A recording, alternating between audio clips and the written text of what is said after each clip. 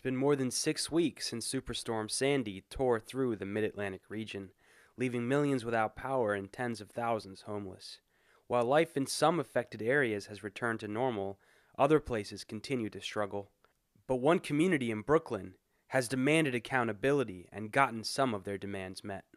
Hi, my name is Cheryl Braxton. Cheryl Braxton has lived in the Red Hook housing projects, Brooklyn's largest, for 4 decades. Walking down Bay Street, which was under 6 feet of water, she points out where Sandy hit the neighborhood hard. To my right is the tall projects in the back, where all the lights and water and hot water, heat, and everything went out.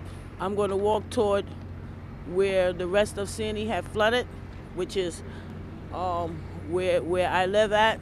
Along with the public housing development, neighboring homes and businesses are also still recovering from the storm. Right now, you're looking at garbage that's right out front of the 99-cent store and the Metro store.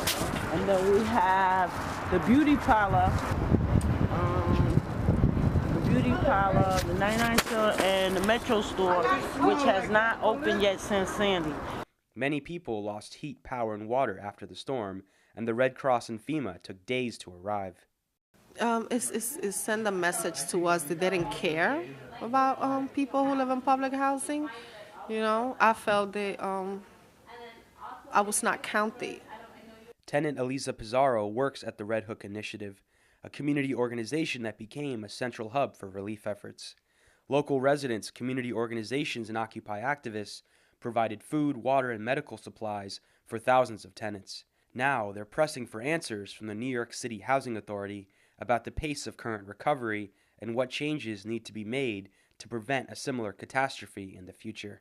So they need to, look at what they have for, in case and, damages like that when a storm hits, and then think about the people that live in those places and don't have those people wait, weeks before they get their power, water. I mean, we couldn't do essentials like take showers. We couldn't even flush the toilets. The Housing Authority repeatedly refused to answer FSRN's questions concerning allegations of slow disaster relief and recovery, but did respond in a statement saying they are working hard to restore electrical and heating systems damaged by the storm. I'm going to be honest. If you was to be without electricity, I can't really answer that question. Unless you go through it, then you know how it feels. Residents like Isaac Gill have also had to appeal to the city to provide immediate rent credits and suspend evictions. The Housing Authority initially refused and instead offered a rent credit for January 2013. But that wouldn't help Gill and many other low-income residents who lost jobs and income due to the storm. I've been 2 weeks without electricity. I have a 76-year-old mother that no phone. Verizon has not put on our phone to this date. And I can't go out the house. I got to stay in there with my moms. I lost my job due to the storm because I work in Staten Island, and it's on South Avenue, and they got affected by the storm too.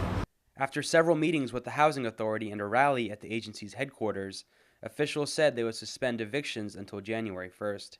Residents were still not satisfied and pushed officials until they agreed to extend that date to February 1st. But Braxton says there's still plenty residents are not happy about, including ongoing power, heat, and hot water outages caused by the continued use of generators housed in large outdoor trailers. To my right is a boiler.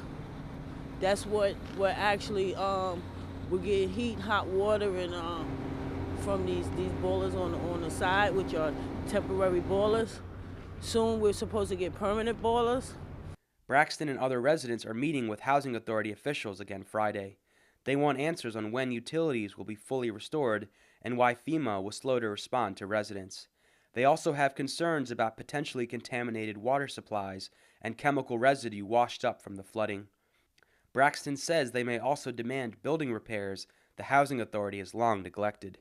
We're going to have other meetings with them to actually see how the progress goes with what they're saying, so that they're working with us. There's still more issues to be actually discussed, and that's going to be discussed. So Recovery is also underway in hard-hit Staten Island and the Rockaways, where residents and Occupy activists are holding actions Saturday calling for public infrastructure that supports the people. Organizers plan a citywide convergence at Mayor Michael Bloomberg's residence in Manhattan to demand the city do more for Sandy survivors.